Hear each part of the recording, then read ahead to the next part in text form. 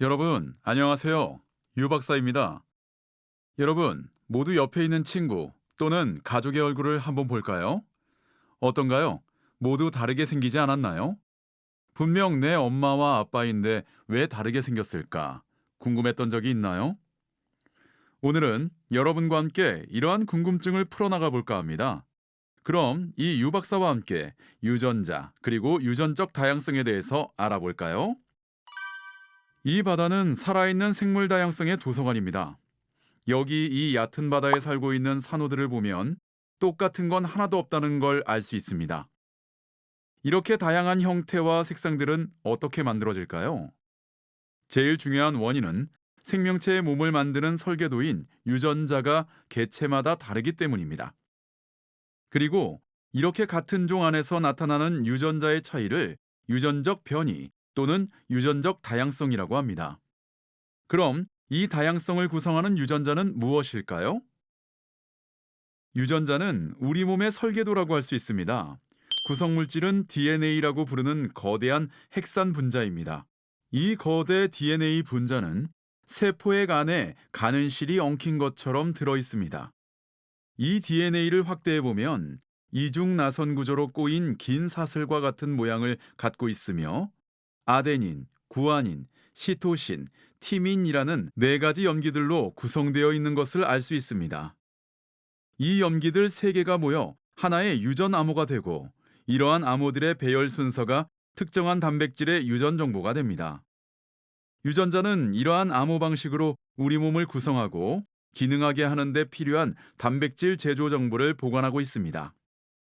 모든 세포의 핵 안에는 이 유전자들이 연결된 거대 DNA 분자들이 존재하는데 이것을 염색체라 부릅니다. 사람 세포의 핵 안에는 46개의 염색체가 들어 있습니다. 염색체 DNA가 유전함으로 쓰인 책 한 권이라면 유전자는 그 책 안의 특정 단락이라고 할 수 있습니다. 즉, 하나의 단백질 유전자는 긴 염색체 DNA에서 어느 한 부분에 위치하고 있습니다. 유전 정보를 담고 있는 DNA의 유전에 대해 좀 더 살펴보겠습니다. 세대 간 혹은 세포 간 유전 정보가 똑같이 유지되는 것은 생존을 위해 매우 중요한 일입니다. 유성 생식을 하는 생물들의 DNA는 엄마와 아빠로부터 각각 염색체 한 개씩을 물려받습니다. 이 과정은 DNA 복제와 세포 분열을 통해서 일어나는데요. DNA는 세포 분열 전에 2배의 양으로 정확히 복제된 후 반씩 나뉘어져 다음 세포로 전달됩니다. 유전자들이 담겨 있는 염색체 쌍을 상동 염색체라고 하는데 이 쌍은 감수 분열이라는 과정을 통해서 한 쌍씩 분리되어 여성에서는 난자, 남성에서는 정자의 생식세포로 전달됩니다. 그리고 난자와 정자가 만나 수정을 통해 다시 합해지면서 다음 세대의 발생이 시작됩니다.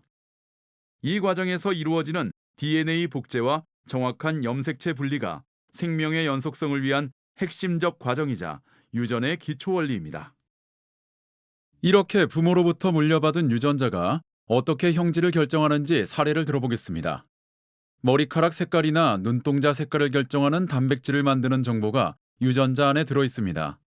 유전자의 정보에 따라 만들어진 단백질이 우리 몸의 다양한 특징, 즉 형질을 결정합니다.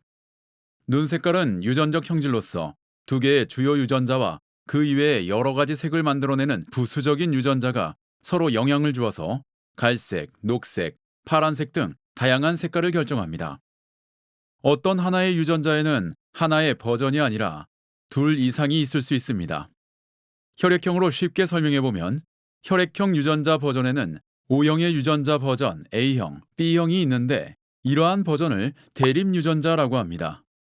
다시 눈동자 색깔로 돌아가 살펴보면 어떤 대립 유전자를 가지고 있느냐에 따라서 멜라닌 합성 효소가 만들어지는 양이 달라지고 이 효소의 양은 합성된 멜라닌 색소의 최종량을 결정합니다. 즉, 눈 색깔을 결정짓는 유전자의 대립 유전자가 다르면 홍채에 있는 멜라닌 세포가 만들어내는 멜라닌 색소의 양과 비율이 달라지고 그 결과 눈동자의 색이 갈색 눈 또는 파란색 눈으로 달라지게 됩니다. 여러분, 이제 왜 여러분과 여러분의 가족, 친구들이 다르게 생겼는지 알 수 있겠죠? 예, 맞습니다. 유전자의 버전이 개인마다 다를 수 있기 때문입니다. 사람은 저마다 눈 색깔도 다르고 머리카락 굵기나 특징도 다른데 이 모든 것의 바탕에는 서로 가지고 있는 유전자 정보가 조금씩 달라서 그렇다는 것을 알았습니다. 그러면 유전적 다양성은 무엇인지 알아보겠습니다. 앞에서 눈 색깔 유전자 차이를 대립 유전자가 다르다는 말로 표현했습니다. 대립 유전자란 상동 염색체의 같은 위치에서 서로 다른 표현형을 결정하는 한 쌍의 유전자를 말합니다. 이러한 서로 다른 대립 유전자들의 차이는 이들의 DNA 염기 서열 차이 때문에 발생하는데 DNA 간 염기 서열 차이를 유전적 변이라고 부릅니다. 이러한 유전적 변이는 무작위적인 돌연변이 과정을 통해 사람을 포함한 모든 생물의 DNA에서 계속 만들어지고 있습니다. 즉, 돌연변이는 유전자 DNA가 복제될 때 아주 가끔 일어나는 실수 같은 거죠. 대부분의 돌연변이는 아무 영향이 없거나 해롭지만 아주 드물게 생존에 유리한 새로운 특징을 만들어내기도 합니다. 돌연변이 외에도 유전적 변이는 유성 생식 과정의 유전자 재조합을 통해 생길 수 있습니다. 이러한 유전적 변이는 유전적 다양성을 증가시킵니다. 종합해보면 유전적 다양성은 한 종 내부의 개체들이 서로 다른 유전 정보를 가지는 정도를 뜻합니다. 쉽게 말해 같은 종 개체마다 유전적으로 얼마나 다른지를 나타내는 지표입니다. 이러한 유전적 다양성은 생물 다양성의 한 측면으로서 종의 건강성과 안전성을 유지하는 데 필수적입니다. 오늘 여러분은 유전자와 유전적 다양성에 대해서 배워보았습니다. 바다 얕은 곳, 에메랄드 물결 속에 알록달록한 산호들이 살고 있는데 이 산호들이 바로 유전적 다양성을 보여주는 멋진 예입니다.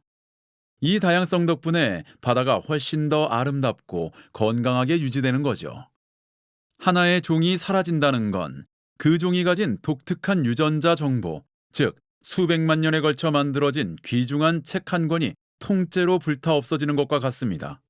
그래서 우리는 이 소중한 생명들을 지키기 위해 많은 관심과 노력을 해야 합니다. 다음 시간부터는 이야기와 다양한 예시들로 이 유전적 다양성에 대해서 더 자세히 알아보는 시간을 갖도록 할게요.